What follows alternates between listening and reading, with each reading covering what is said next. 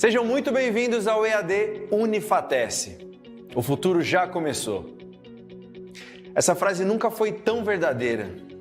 A gente está vivendo a maior revolução tecnológica que a humanidade já viu. São novas formas de trabalhar, de empreender, novos jeitos de se comunicar, novas maneiras de ensinar e de aprender. E você está de parabéns por fazer parte dessa revolução digital aqui no Centro Universitário Unifatece, uma instituição de ensino inovadora e acessível que está levando educação de qualidade para todo o Brasil. Nossa rede de polos parceiros não param de crescer. Já estamos presentes em todas as regiões do país. Ofertamos mais de 200 cursos de graduação e pós-graduação nas modalidades EAD e semipresencial. Com metodologia flexível e inovadora, nossos cursos estão organizados em trilhas de aprendizagem que facilitam o desenvolvimento acadêmico dos alunos de forma intuitiva e dinâmica. Além disso, nossos estudantes têm suporte e acompanhamento pedagógico constantes com o melhor time de professores e tutores do Brasil. E para os cursos e disciplinas que necessitam de atividades práticas presenciais, a gente criou os megapolos que contam com uma infraestrutura inovadora, com laboratórios totalmente equipados e tutores especializados. Viu só? É por isso que a EAD Unifatece é nota máxima no MEC. Centro Universitário Unifatece, fazendo o seu futuro.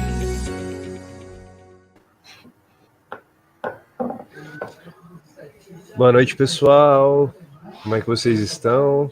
Hoje a nossa aula vai ser de conforto lumínico com a professora Shirley Silva. Vão falando de onde vocês estão assistindo a gente aí. Eu vou passar a palavra para ela agora, para ela se apresentar melhor para vocês. Tudo bem? Boa noite, Giovanni. Boa noite a todos.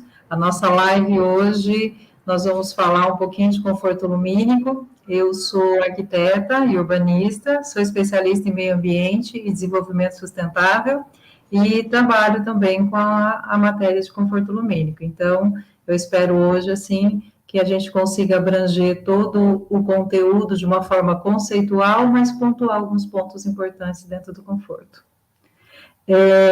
Começando para nós entender o que é conforto, né? Quando nós falamos conforto, o que é me sentir confortável? Para eu entender primeiro, eu gostaria de levar vocês para o nosso habitat, né? Que seria onde a gente tem um ambiente físico construído pelo homem, onde nós seres humanos, nós estamos inseridos ali dentro da natureza, né? O habitat, ele vem de uma perspectiva sociogeográfica, né? Porque o ser humano, ele tem uma necessidade de conviver em sociedade, nós vivemos em sociedade, só que nós criamos ambientes artificiais, e esses ambientes, muitas vezes, eles são, a gente interfere muito no meio ambiente. Então, como que nós vamos trabalhar esse conforto ambiental? E, no final aqui dessa primeira introdução, nós vamos direto para o conforto lumínico. Para eu entender o habitat humano, eu coloquei alguns pontos. Nós temos elementos que são importantes e nós temos condições essenciais para que nós, quanto seres humanos, possamos ter ali um mínimo de vivência dentro do meio ambiente. Então, nos elementos mais importantes, nós temos as edificações, que vai incluir ali a estrutura, o espaço onde a gente vive. Nós temos veículos, nós temos espaços entre as edificações, que seriam as nossas vias, os nossos espaços entre as próprias edificações mesmo, e nós temos toda a infraestrutura. Então, dentro desse ambiente, nós estamos falando do ambiente artificial que nós criamos, né, que nós chamamos de meio urbano. Nas condições essenciais para que a gente viva nesse ambiente, nós precisamos ter um mínimo de salubridade, que a gente está falando em higiene e segurança, funcionalidade, isso tem que funcionar, tem que estar ali dentro de uma característica que desde logística e como eu vivo dentro do espaço onde estou, ele tem que ser funcional. Nós temos a questão da estética e a beleza, e quando nós falamos em arquitetos, nós estamos falando... essa estética vem muito na gente, né? Porque nós temos muito a técnica e a arte dentro as atribuições que nós temos contra o arquiteto. E aí a gente tem a questão da economia, que é a construção e a manutenção do espaço onde que nós vivemos.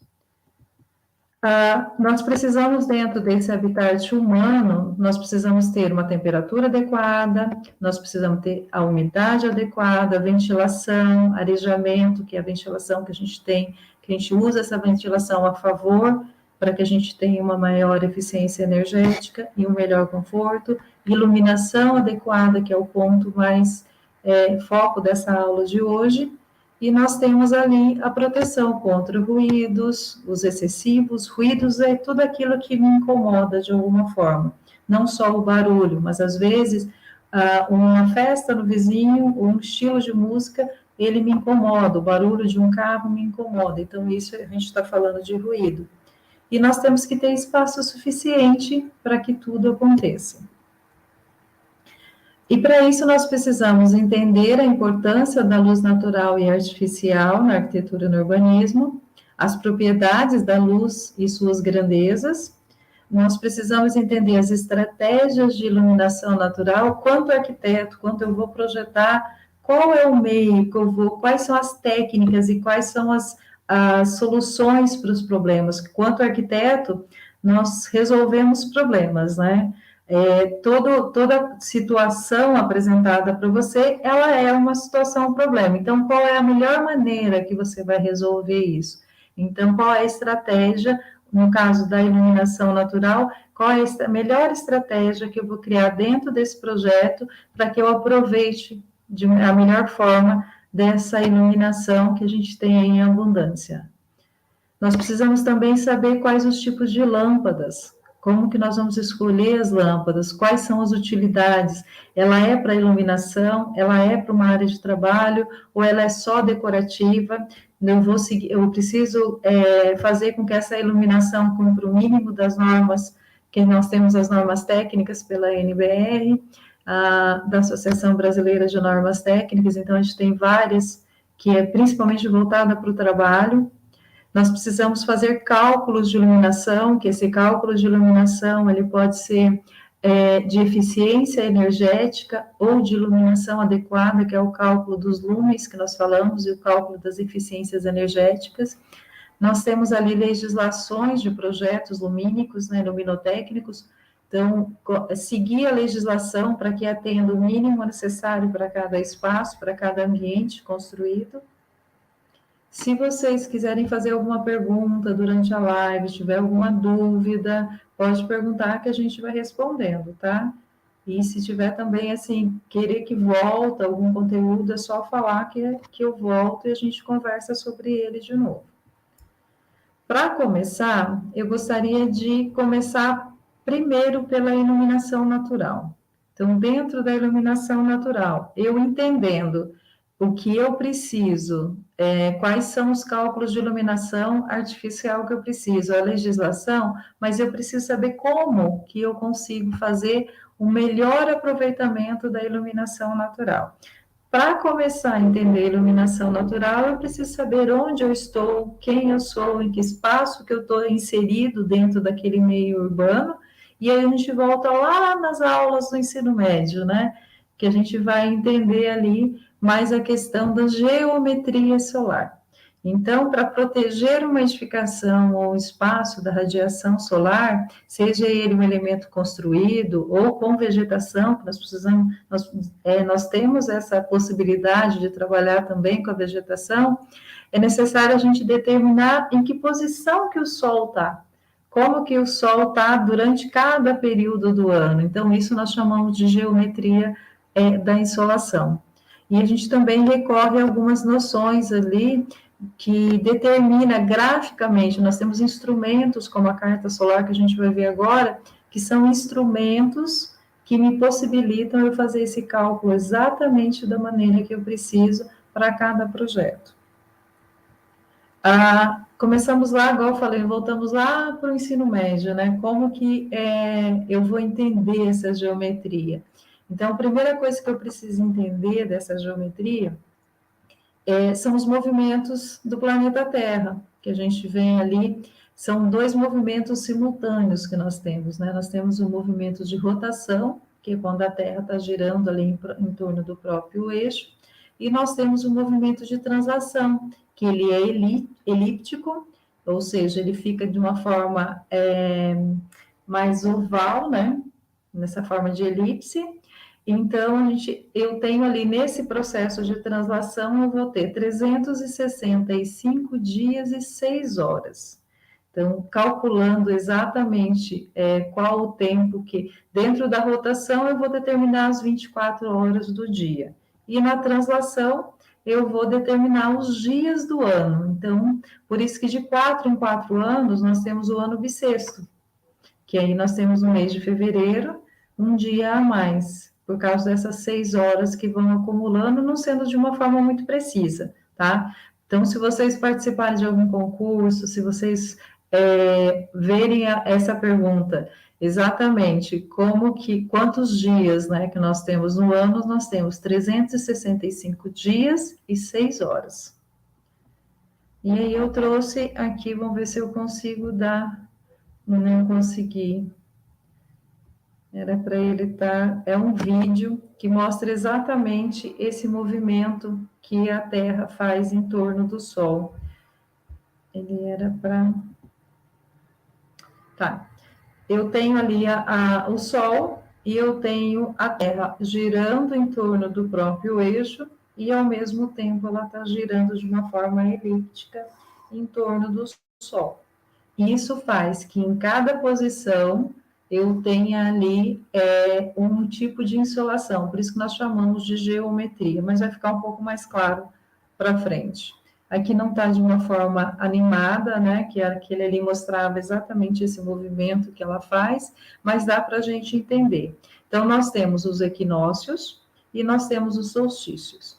Os equinócios, ele é de primavera e de outono. Então, se nós olharmos aqui, nós temos o equinócio, deixa eu só colocar aqui de tela cheia. Nós temos os equinócios aqui em março, e nós temos o equinócio, desculpa, tá certo, é que a minha tela tá fechada, só um pouquinho. Isso. Nós temos os equinócios de primavera, e nós temos os equinócios de outono, e nós temos os solstícios de verão, que é em dezembro. Aí vamos seguindo aqui, aí ali eu tenho o inverno, né? Dezembro eu começo aqui, chego no inverno, e aí eu vou ter os solstícios de inverno, desculpa, eu me perdi um pouquinho aqui só nas datas. Então, em dezembro é quando nós entramos no verão, que a gente está passando ali, fazendo essa transição, né, no dia 22 de dezembro. Aí depois nós temos em março nós estamos entrando ali na primavera. A minha animação tá errada aqui, tá? Eu vou corrigir para vocês, tá? Então, em dezembro eu tenho verão, que são as nossas férias de verão. Depois eu vou ter o nosso outono, que a gente entra em março. Depois eu vou ter em junho o nosso início do inverno. E a primavera, ela começa em setembro. Eu vou corrigir esse slide e vou mandar para vocês. Nesse movimento de translação e nessas estações do ano, nós precisamos lembrar que o nosso planeta, ele não está exatamente na vertical, ele vai estar ali com uma inclinação de 23 graus. Então, nessa inclinação, a gente chama ela de inclinação axial da Terra. Ele dá 23 graus de inclinação. Isso faz que, conforme a Terra está girando em torno do próprio eixo, em torno do Sol, em cada estação do ano, como ela gira de uma forma elíptica, eu vou ter um tipo de insolação para cada parte do planeta. Nessa translação, a gente consegue ver aqui, ó, no dia 21 de março, a primavera, tá? E no dia 21 de setembro, nós temos o outono. Então, olhando nessa parte aqui, a gente vai ter os dois equinócios. Se vocês olharem, são as únicas duas datas na carta solar que nós conseguimos ver que tem mínima diferença, porque ele vai fazer exatamente o mesmo movimento. Então, esses raios solares, eles vão incidir de forma perpendicular na linha do Equador, tá? A linha do Equador aqui, bem no centro da Terra. Então, a gente, nessa linha do dia 21 de março no dia 21 de setembro, ele é basicamente igual. Por que que aqui está diferente? Porque aqui, essas datas, 21 de março, que está como primavera, é porque eu estou falando do hemisfério norte, tá? Então, no hemisfério norte, essa imagem foi pegada do hemisfério norte, a gente tem aqui, enquanto eles estão entrando na primavera, no dia 21 de março, nós estamos entrando no outono. Por isso, essa diferença de data, tá? Então, no dia 21 de setembro, a gente vai estar entrando na nossa primavera. E no hemisfério norte, eles vão estar entrando eles vão estar entrando no outono. Por isso, essa diferença das datas. E aqui nós temos os solstícios. Para eles, lá no dia 21 de junho, que é quando nós estamos entrando no inverno, eles estão entrando no verão. Eu trouxe a imagem de uma forma mais ilustrativa, para que vocês entendam a questão da insolação mesmo. Isso, ficou bom. Essa insolação, ela permite vocês verem, ó, que no verão, aqui na parte da Terra, ele vai estar ocupando esse espaço. Então, a gente tem aqui a América do Sul, nós temos aqui a América Central e a América do Norte, e aqui a gente pode ver que, ó, parte da América do Sul está com a parte sem a insolação direta, e aqui nós já temos ela praticamente inteira com a insolação direto no nosso hemisfério. Para a gente entender melhor essa trajetória do Sol, nós estamos falando até agora do planeta Terra. Então, no planeta Terra, a gente entende a abóbada celeste como o planeta como um todo, né, em volta do planeta. Só que nessa abóbada celeste, eu gostaria de passar para vocês que a gente está falando única e exclusivamente da parte do projeto. Então, eu estou estudando um terreno específico numa determinada latitude. Em torno desse terreno, nós vamos ter ali a trajetória aparente do Sol e nós vamos ter esse círculo como sendo uma abóbada que a gente pode ver nessa imagem. Então, essa superfície imaginária que a gente tem ali e conseguimos ver as projeções do Sol, é exatamente com esses dados que nós vamos fazer os cálculos. Então, quando eu pego aqui esse ponto do observador, eu estou mostrando para vocês eles exatamente em 3D, porque quando nós formos para a carta solar, vocês entenderem um pouquinho melhor como que é essa representação. Então, aqui, esse é o ponto do observador, e aqui, lembra os equinócios, exatamente nesse ponto aqui, ó, que nós temos o equinócio de primavera e o equinócio de outono, e nós temos aqui os solstícios de verão.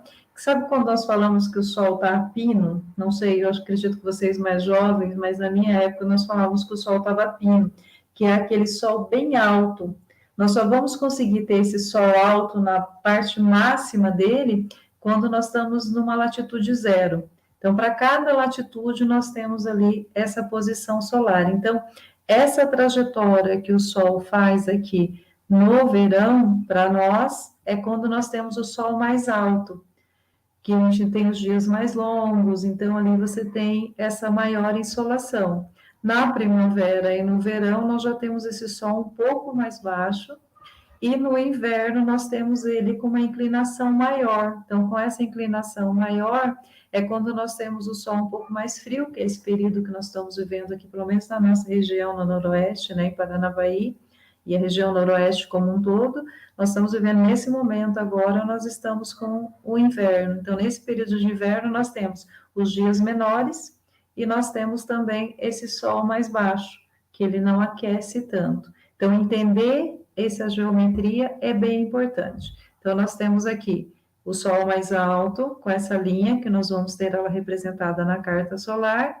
No verão, outono, que são os equinócios, nessa parte aqui de primavera e outono, e nós temos os solstícios de inverno nesse outro traçado. Quero que vocês prestem bem atenção nesses três traçados, para a hora que a gente for para a carta solar, vocês entenderem um pouco melhor.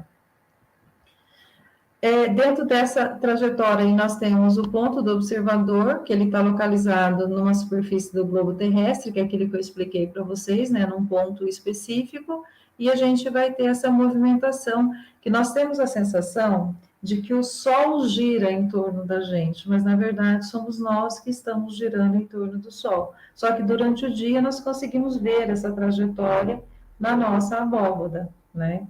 Então, essa sensação de que o Sol está girando em torno da gente. Então, esse movimento faz com que a gente tenha essa trajetória específica para análise de projeto.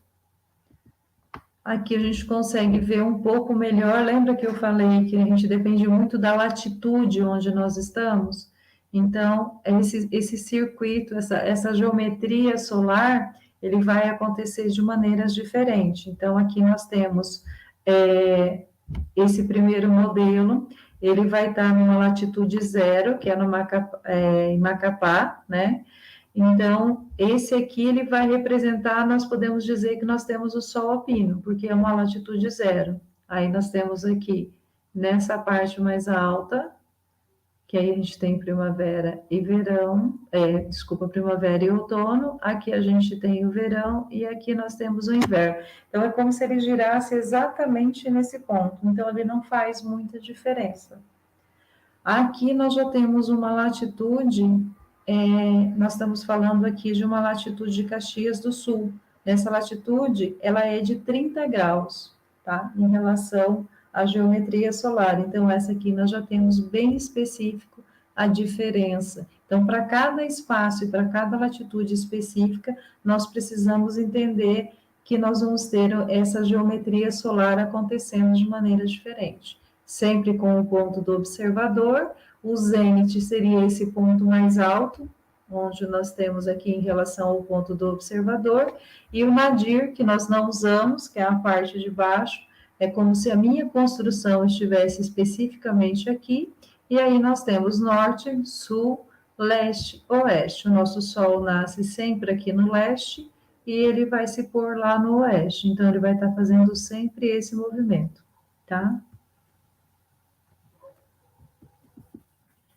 Dentro dessa trajetória, nós temos aqui, igual nós vimos, latitude 0, em relação à incidência solar, né? Mais um exemplo aqui do verão no hemisfério sul, que ele é diferente do que nós vimos no hemisfério norte, que aí nós temos trocado. Enquanto eles estão no outono, nós estamos na primavera, isso vai acontecer de maneira diferente, tá? Então, a linha do Equador é essa linha específica aqui do centro, que é uma linha imaginária que nós temos. Aí nós temos o Trópico de Capricórnio, o Círculo Polar Antártico, e na parte superior nós temos ali o Trópico de Câncer e o Círculo Polar Ártico. Então, em cada momento, no verão, essa aqui é uma incidência que nós temos no verão, que a gente vai estar recebendo essa insolação, tá?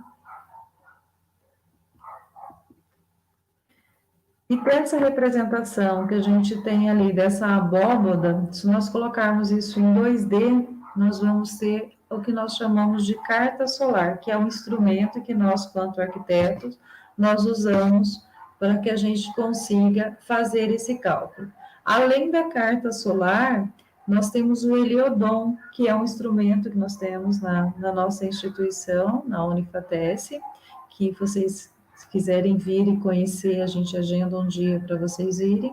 Esse Heliodon, ele é um instrumento que nós podemos criar a nossa maquete volumétrica e fazer essa trajetória. Nós conseguimos ver essa trajetória, colocar na latitude certa, na face certa que o nosso terreno, que a nossa construção, a nossa edificação se encontra, e aí nós conseguimos fazer a simulação de forma correta, tá? De forma precisa, de como acontece essa trajetória. Então, nós temos ali os equinócios e nas laterais nós temos os solstícios.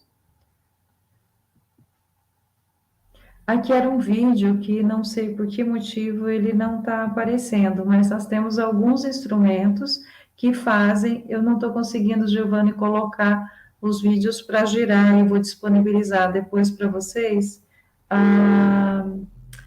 os links para que vocês consigam ver o vídeo, tá? A carta solar, ela é esse instrumento que nós utilizamos ela de forma com a transparência, mas nós também temos esse é É um sistema criado pelo laboratório que a Universidade Federal de Santa Catarina, ela disponibiliza isso de forma gratuita. Ele não é um programa pesado, a gente chama ele de análise sol-ar, e nele nós já temos salvo todas as atitudes das capitais, mas vocês podem inserir os dados do projeto de vocês, que ele vai criar qual é a insolação exata que vai acontecer naquela edificação. Então, nós temos aqui os solstícios de verão, esse do centro aqui nós temos os equinócios de primavera e de outono, e aqui nós temos a representação do nosso solstício de inverno, tá? E podemos também calcular quando a gente necessita fazer aqueles brises, eu não vou adentrar muito nisso, porque é uma parte mais de uma aula específica, mas nós conseguimos calcular o sombreamento necessário dos brises, tanto os verticais, né, os verticais, quanto os horizontais, para que cada edificação consiga ter o sombreamento necessário nas aberturas, que a gente vai fazer a parte da ventilação e da iluminação, só que se nós tivermos uma incidência solar muito grande na nossa parte, onde temos as aberturas, a gente não vai ter ali um conforto térmico adequado. Essa carta solar, aqui nós podemos observar ela todos os meses do ano. Então, se nós fizéssemos aqui a trajetória solar para todos eles, nós teríamos ali 365 linhas e mais as 6 horas para cada dia do ano. Então, isso não é necessário, porque nós sabemos que aqui, no dia 22 de...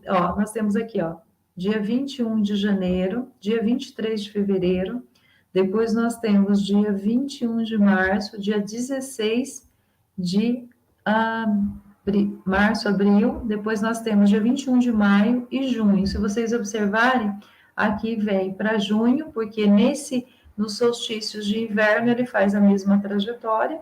Aí depois nós temos julho, agosto, setembro, outubro, novembro e dezembro. Então, se nós olharmos, são os 12 meses do ano. O que importa para nós quanto cálculo? Nós precisamos desse que acontece no dia 22 de dezembro, que vocês podem olhar que os dos dois lados ele tem a mesma data, que nós estamos falando daí do nossos solstícios de verão. Nós temos o equinócio, que vai dar no dia 21 de março e no dia 21 de setembro, que aqui eu estou entrando no outono, e em setembro eu estou entrando na primavera. Ele faz a mesma trajetória do dia 21 de março e dia 21 de setembro. E nós temos aqui em junho, que é o solstício de inverno, que ele vai fazer a mesma trajetória. Os dois são dia 22 de junho. Aqui dá mais para a gente olhar o que é a carta solar, é aquela abóbada, e como se nós estivéssemos olhando ela de cima para baixo. E aí nós temos uma representação em 2D. Então, esses traços que eu vejo aqui, eles estão representados aqui, como eu expliquei para vocês, no verão, no outono, na primavera e no inverno. A gente aqui, eu trouxe mais uma forma didática para vocês entenderem o zênite a esse ponto mais alto. Depois eu tenho ali a coordenada do Sol, né, a altura solar, que nós chamamos, que é esse espaço aqui que dá para ser calculado. Nós também calculamos o azimuth, que é o ângulo em relação ao norte, mas isso aqui é uma aula, é mais para vocês conhecerem os termos, tá? Aí nós temos aqui também a linha do horizonte, então eu tenho um ponto de observador aqui bem no centro, e nós temos aqui essa rotação, né, que é o movimento em torno do ponto do observador, que é onde nós vamos obter ali, cada dia do ano, uma posição diferente. Então, esse instrumento é a carta solar que a gente usa mais para o conforto lumínico e para o conforto térmico, porque nós conseguimos calcular, ao mesmo tempo que eu consigo pôr iluminação no inverno e que esse sol entre no inverno, eu consigo calcular para que no verão eu não tenha essa incidência solar, tá? Através da carta solar. Aí eu trouxe para vocês aqui esse projeto, eu deixei ele como curiosidade, eu gostaria que vocês fossem pesquisassem.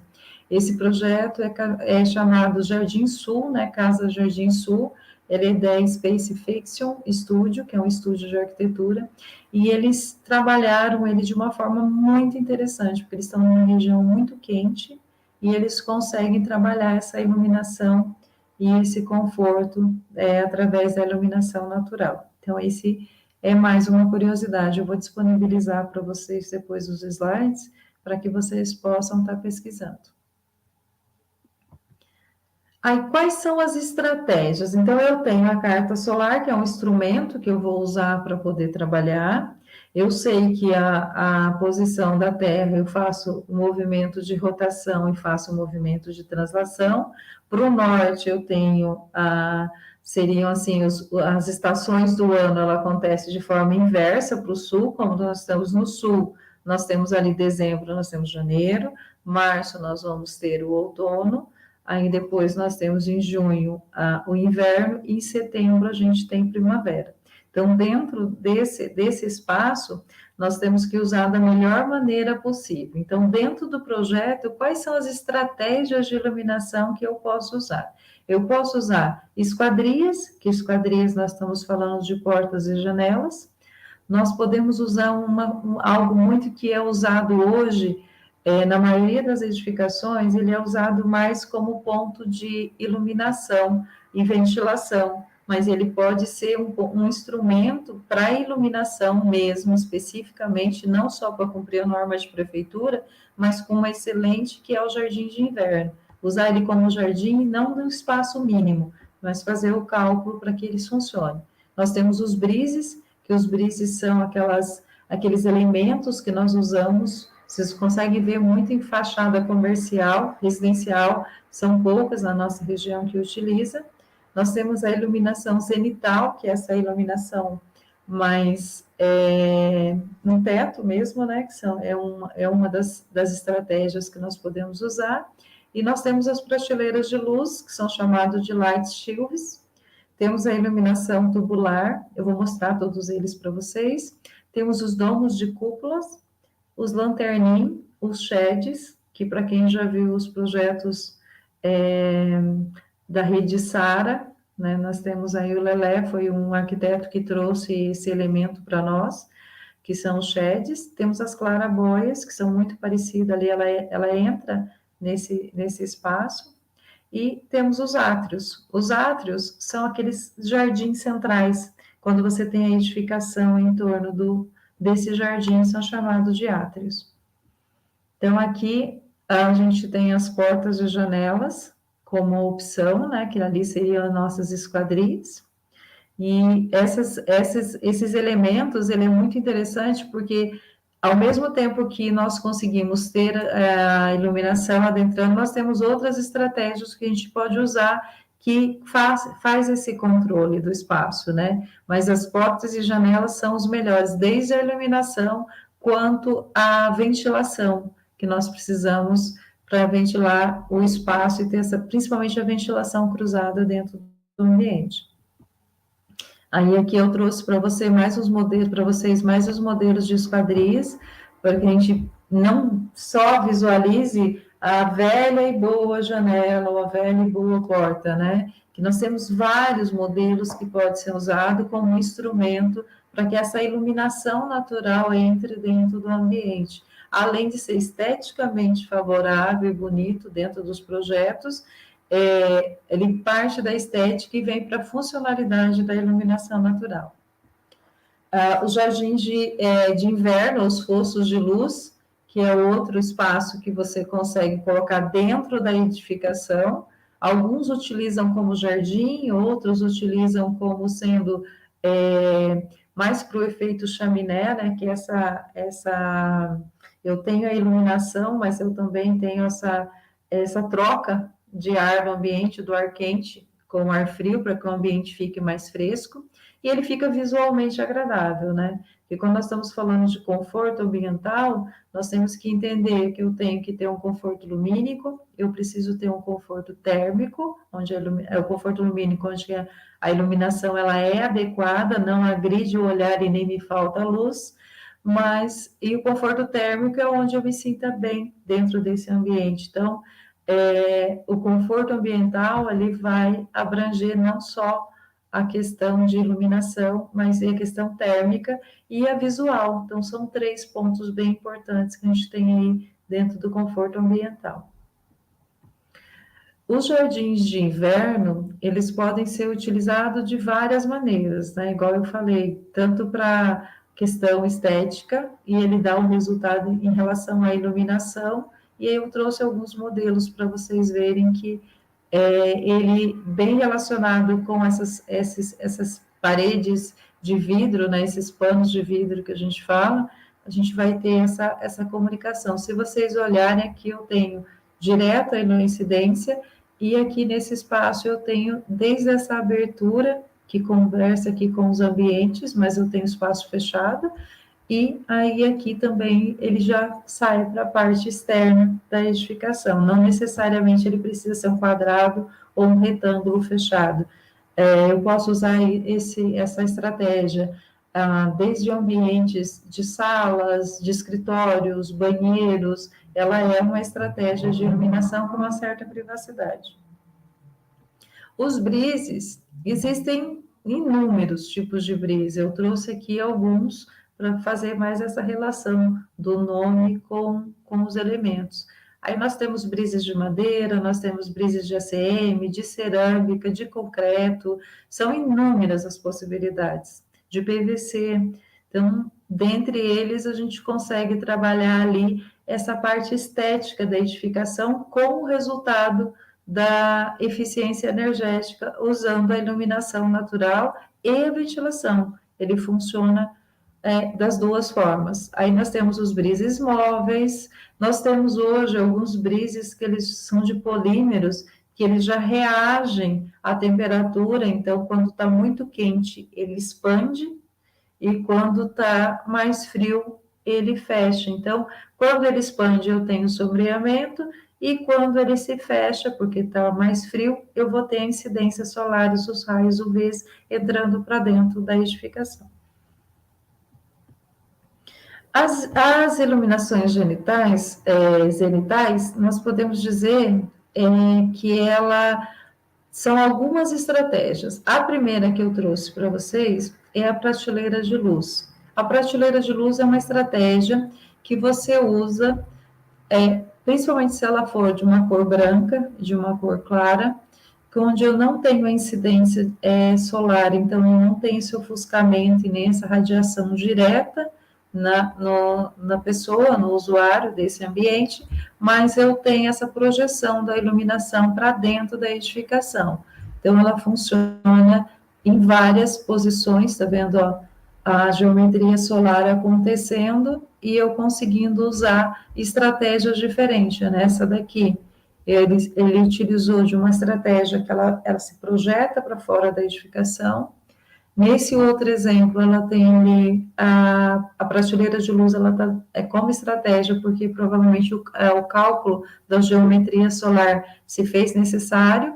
Então, eu tenho essa prateleira de luz para dentro da edificação, e nesse outro aqui eu tenho, além do sombreamento que eu vou ter nessa abertura, eu ainda tenho a prateleira de luz funcionando. Então, independente da posição, eu consigo ter iluminação em várias estações do ano, e eu consigo ter também essa iluminação indireta, dependendo da geometria solar. Então, a prateleira de luz ela é excelente, e nós conseguimos calcular ela através da carta solar, que a gente vai prever ali todas as posições dessa geometria que o Sol faz nas 4 estações do ano.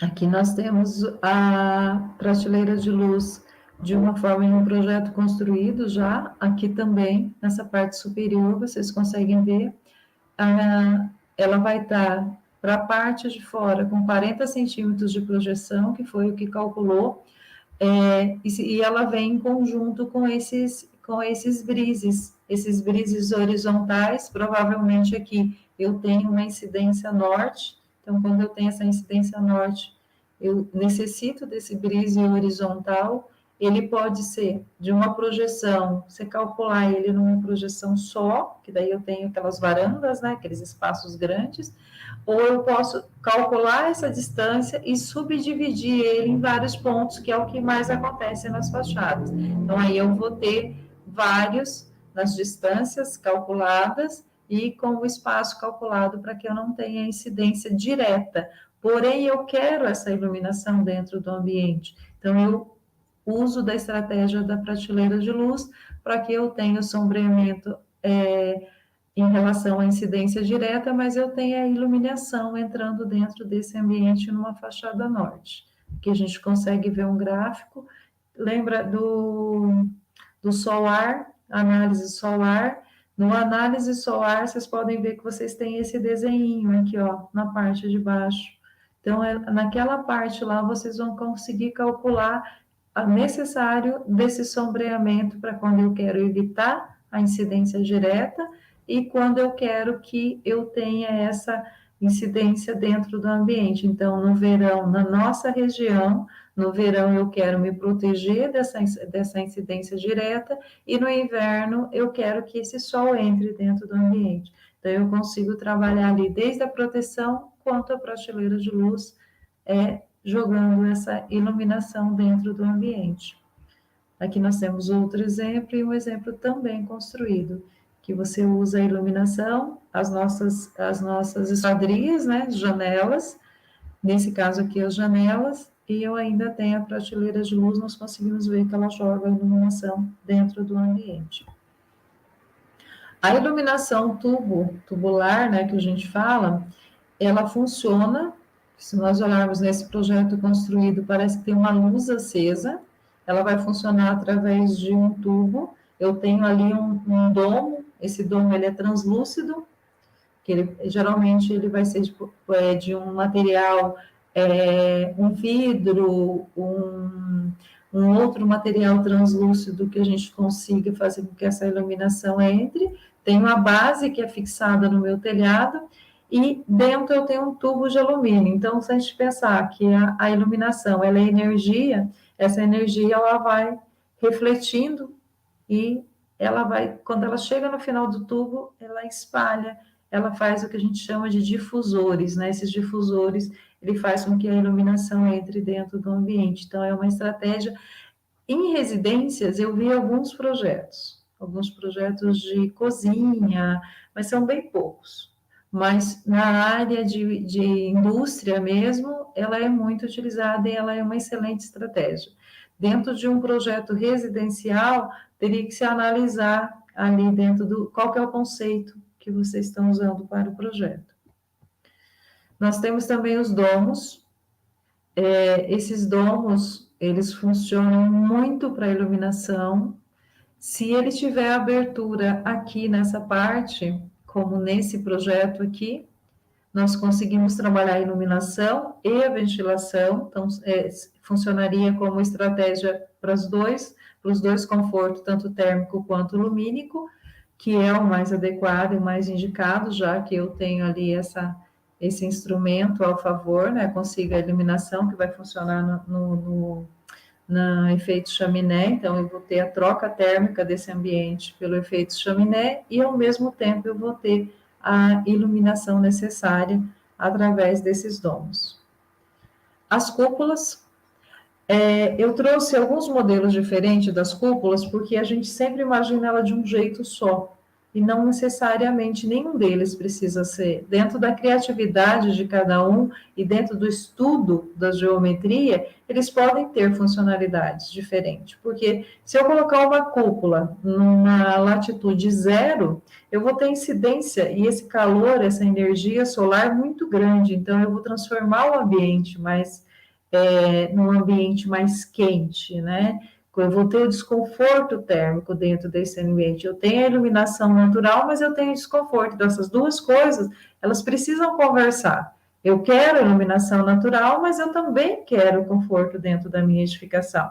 Então, para cada lugar, para cada projeto, eu vou usar uma estratégia diferente. Então, eu trouxe aqui, nós temos essa aqui, eles usaram esses rasgos, né, na cobertura. Então, provavelmente no local onde eu tenho aqui as aberturas em pontos específicos e tem o sombreamento. Também poderia ser móvel, onde eu conseguiria fazer com que, quando eu quisesse a incidência, eu deixaria as partes translúcidas e quando eu quisesse o sombreamento, eu poderia ter ali do mesmo material uma forma de fechamento que não com a questão estética do projeto. Aqui nós temos também outros tipos de abertura, né, que são cúpulas também, só que com estratégia diferente, um desenho diferente, porque são projetos em locais, em latitudes diferentes, em climas diferentes. Então, para cada um, elas são como estratégias, não é todos que vocês vão fazer exatamente igual. Vão usar da criatividade, da análise da geometria e fazer com que isso aconteça. Nós temos os lanterninhos. Os lanterninhos, eles são muito parecidos, os tipos de cobertura. O lanterninho, ele tem mais essa função barracão, essa função de espaços rurais, a gente tem mais esse tipo de uso de cobertura translúcida, né? É uma pequena torre que eu também consigo fazer essa parte de iluminação e ventilação. Então, eu tenho aqui o efeito chaminé e eu consigo ter a iluminação dentro do meu espaço. Geralmente ele é usado em barracões com inclinação ali de 35 graus e também com essa cobertura mais curva, tá?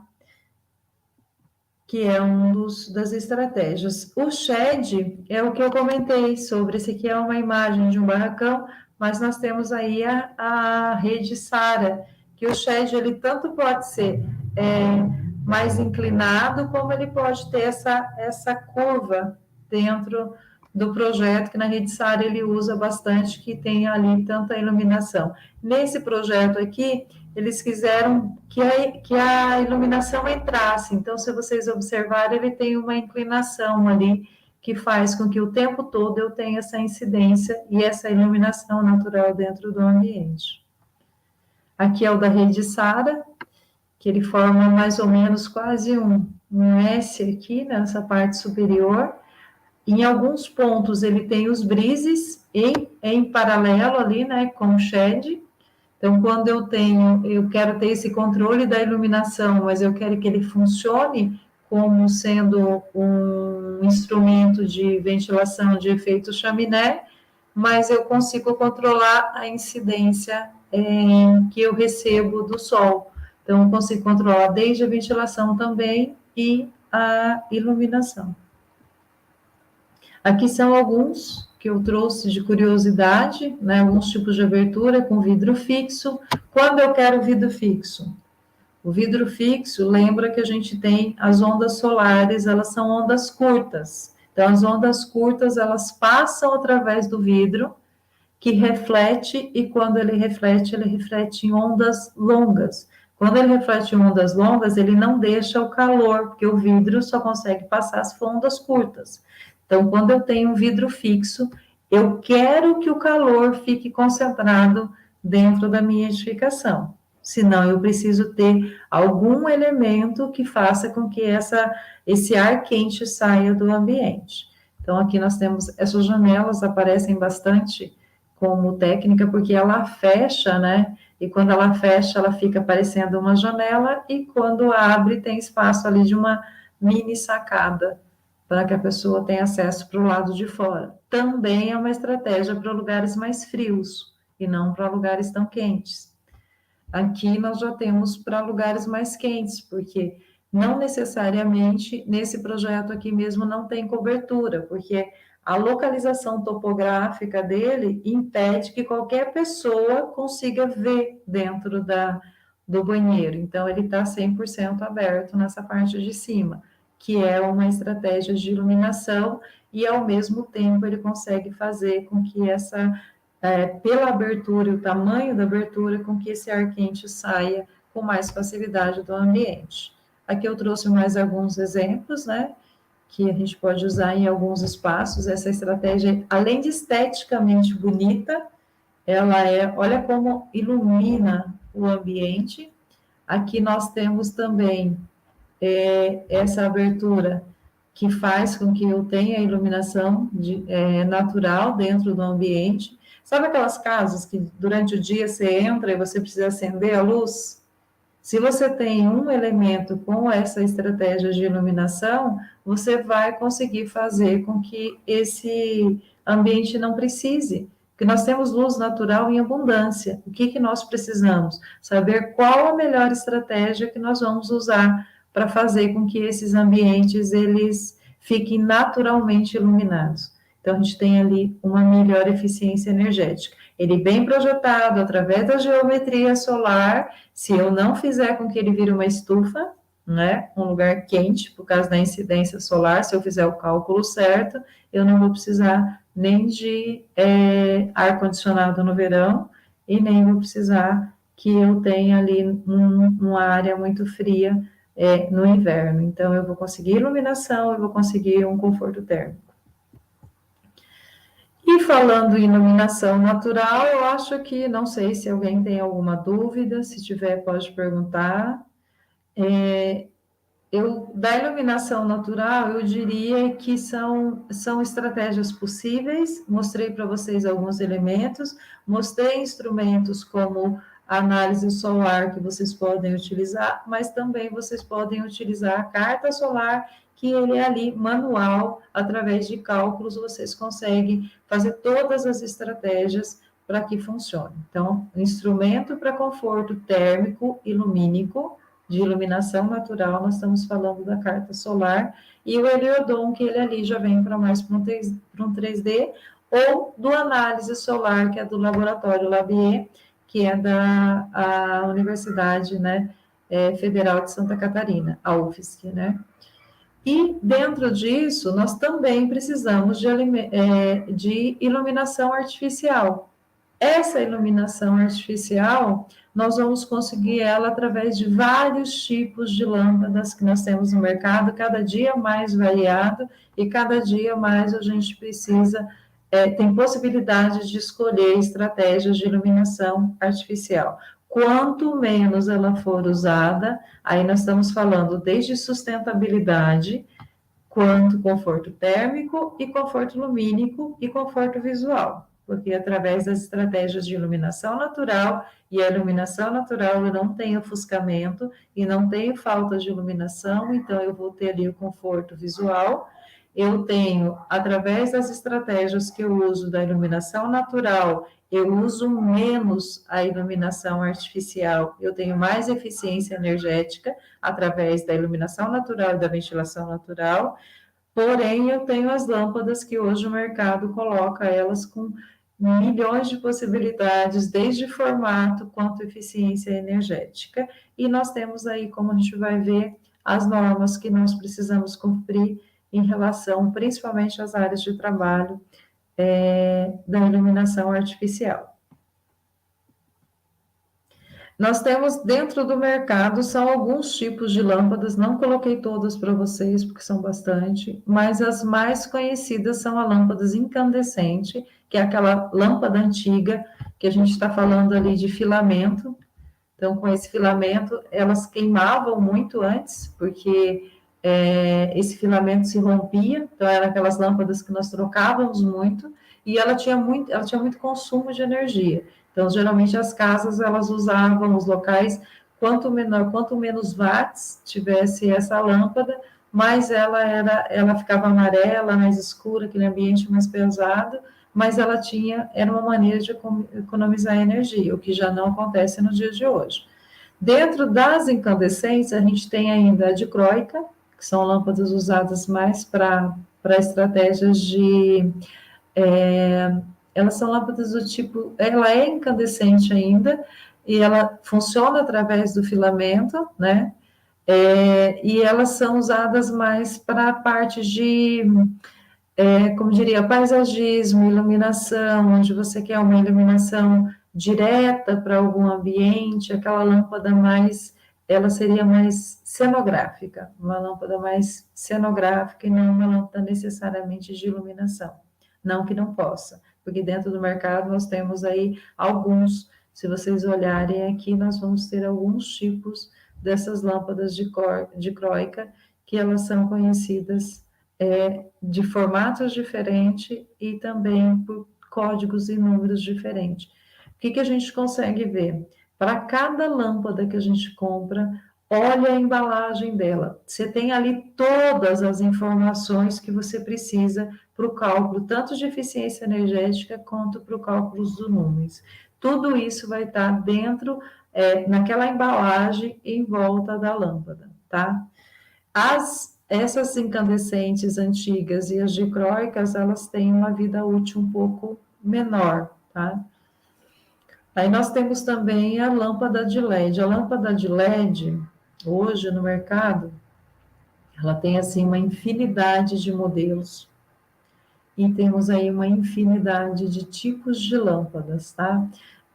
Com tipos de iluminações diferentes. Aí nós temos as fitas de LED, nós temos elas no formato além das fitas, hoje nós temos aquelas iluminações que são com os perfis, que eles já são para iluminação, já vem pronto. Então, assim, falou em iluminação, você tem ali muito tipo de lâmpada. Então, quando eu vou fazer um projeto lumínico, eu preciso fazer o cálculo de eficiência energética, porque eu tenho as normativas, as NSBRs, que eu preciso cumprir, e eu também tenho o que eu quero para o meu projeto. Então, você faz o cálculo, atende a NBR com o mínimo necessário, para que a pessoa tenha um conforto lumínico, tanto no trabalho quanto em casa, e a diferença dos projetos que você tem para a área industrial e para a área comercial e a área residencial é mais a questão do uso. Então, se o meu uso é de trabalho, mesmo sendo em casa, quanto na área comercial ou na área industrial, eu tenho que atender a NBR para que eu tenha o melhor conforto lumínico, para que isso não prejudique a minha saúde, os meus olhos, o local onde que eu trabalho, a pintura da parede entra nesse cálculo, a superfície onde eu trabalho, a altura da lâmpada entra nesse cálculo, a altura da minha área de trabalho, da mesa onde eu trabalho também entra nesse cálculo, e os outros é mais cenográfico. Eu quero um ambiente mais aconchegante, eu quero um ambiente mais cenográfico de cinema, que é aquele ambiente mais escurinho, eu quero um ambiente mais confortável para os olhos, e que eu tenha nos quartos, eu tenho um quarto de bebê. Então, para cada um dos ambientes, você vai fazer o cálculo e ver o tipo de lâmpada que você precisa. Nós temos também essas que são extremamente decorativas, né? Que são de filamentos, mas elas são na cor âmbar, que é essa cor mais dourada. Então, elas funcionam tanto para iluminação, você tem ela em 110, 220, que vai acontecer isso com todas as lâmpadas, as opções. Hoje você tem tanto 110 quanto 220 volts, né? Que é a quantidade de volts que nós recebemos para cada edificação. Ela vai ser bifásica, ela vai ser trifásica, ela vai ser 110, ela vai ser 220 ou a 360. Então, você vai receber a carga de energia para cada local. Então, a lâmpada, ela também, hoje, ela tem essas opções. Então, você não tem no mercado dificuldade de encontrar a lâmpada que você precisa para o seu projeto lumínico. Aí nós temos também os paflons, que são os bem conhecidos, né? Que esses spots aqui, os paflons, os spots, são iluminações mais direcionáveis, né? Que a gente trabalha muito com essa iluminação interna, então você vai trabalhar com as dicróica, né?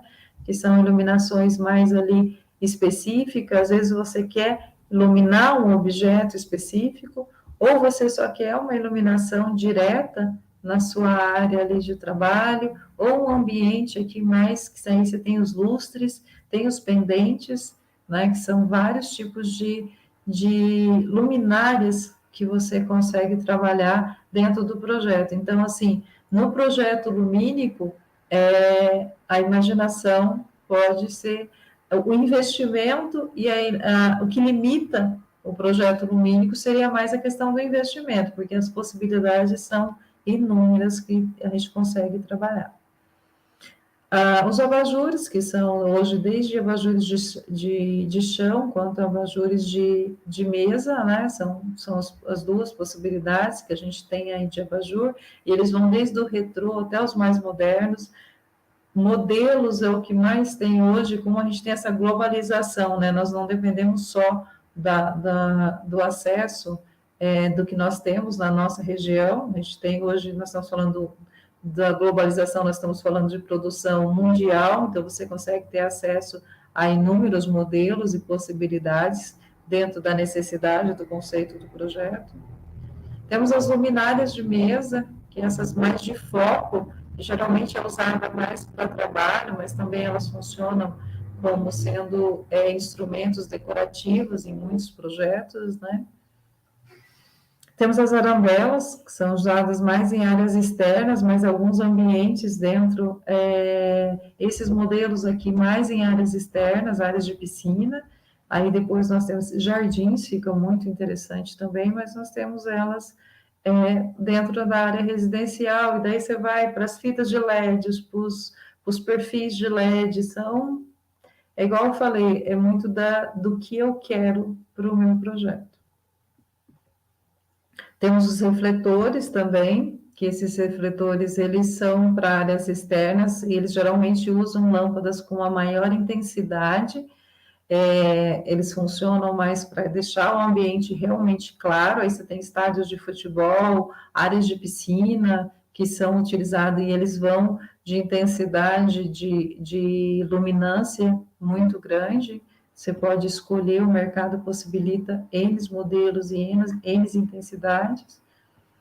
E nós temos esses que eu chamo de balizadores, né, que são os refletores mais direcionáveis, que são usados mais em jardins. São os balizadores. Você consegue ali criar caminhos, você consegue iluminação para áreas específicas, para vegetação, então também é uma possibilidade. Esses balizadores, como eu estava dizendo para vocês, nós temos eles hoje com energia solar, você deixa eles, é o que nós chamamos de espetos, né? Principalmente esse modelo aqui, são os espetos, então você consegue pôr no jardim, ter a iluminação, ter ele carregando durante o dia com energia solar e iluminando durante a noite, e os modelos são inúmeros. De acordo com o projeto, com o que você quer fazer do projeto, você vai ter ali os balizadores. Os balizadores internos, eles são usados mais em escada, que aí você brinca com aquela iluminação, quando pisa em cada degrau acende, ou você tem a iluminação acesa o tempo todo.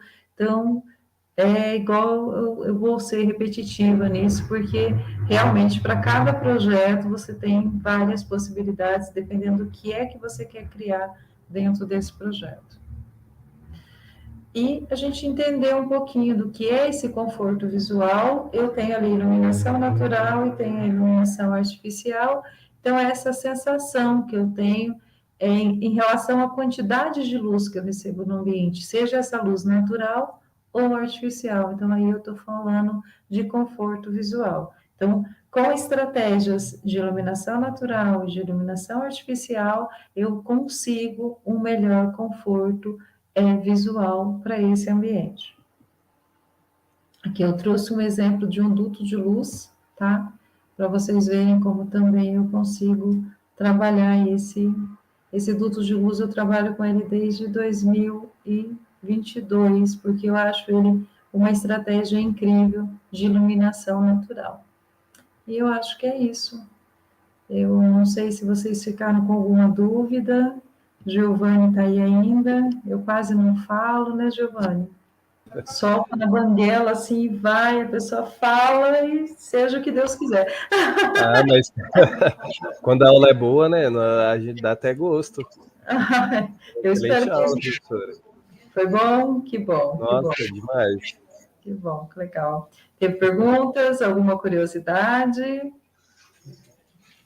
O pessoal estava perguntando aqui, mas era mais questão de chamada. É normal.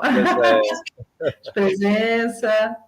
É, Eu queria perguntaram deixar. também se a aula ficou gravada para poder assistir novamente depois. Então, o que eu posso fazer é igual eu falei, se precisar, disponibilizar para vocês, porque tem ali alguns Uhum. elementos que eram de vídeo que eu não consegui ativar durante a aula. Professor, E se você conseguir me mandar o link dos vídeos, eu já anexo aqui no chat para o seria pessoal. perfeito, sabe por quê? Porque o da análise solar, ele é um instrumento incrível para a gente poder trabalhar a iluminação natural. Tem um outro que eu trouxe ali, que é o Shadow, que ele faz essa iluminação num plano mais urbano, maior, que é para edificação mesmo, e ele é gratuito também. E a carta solar, né? Aquela movimentação ali também é um vídeo que a gente consegue ter essa noção melhor. Então, eu consigo mandar o link para você, sim, com certeza. Professora, manda então, pessoal, eu vou fixar o link nos comentários do vídeo, tá? Eu acredito que vai ficar mais fácil para todo mundo achar, então, depois dos vídeos, tá? Então, vocês entram de novo depois que vai estar nos comentários, ok? Professora, estão falando aqui que não conseguiram achar o link de chamada. Pessoal, vou mandar de novo para vocês aqui. Sim, fica melhor.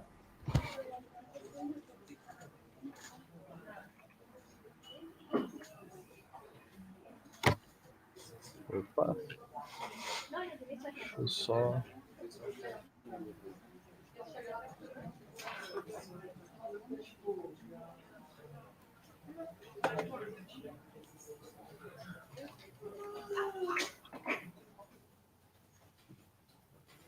Deixa eu colocar aqui.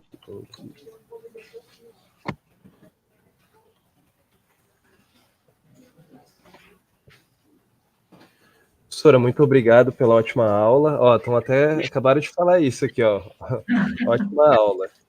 Que bom, eu que agradeço. É a Wagner, né? Wagner, né? Lemos. Isso. Muito obrigada. O Altério também falou show. Falou show, vou salvar, vai salvar a aula para assistir legal, depois. Legal. Eu estou na instituição, se alguém quiser tirar alguma dúvida, né? Precisar, estou à disposição, você sabe, né, Giovana? Precisando. Opa, com certeza. Chamar para dar mais aulas para gente aqui. É só precisar de aí, tá junto, tá? Muito obrigada. Quero agradecer a todos. Espero que a aula não tenha ficado confusa, que tenha fluído, que tenha ficado clara, e que a gente tenha aproveitado essa 1h e 6 minutos que nós ficamos juntos. Acredito sim, ó. O pessoal falando aqui, ó. Aula muito boa. Foi muito bom. Adorei a aula. Show. Foi bem proveitosa aí, ó. Bom, eu tentei trazer de uma forma mais conceitual, né? Que aí, pelo menos, são palavras e coisas que nós vamos usar no nosso dia a dia para que todos pudessem ver, entender. Quando ouve falar, sabe do que já está ali, não são palavras tão que a gente não conheça no nosso vocabulário, né? A gente consegue associar mais fácil, né? Assim. Aí depois podemos aprofundar em cada um deles, cada aula vai aprofundando melhor, tá bom? Até mais, professora, de novo, muito obrigado, pessoal. Qualquer dúvida pode chamar no Fale com o Tutor. Com certeza. Tá bom, muito obrigada. Tchau. Até mais, gente. Tchau, tchau. Tchau, tchau, professora.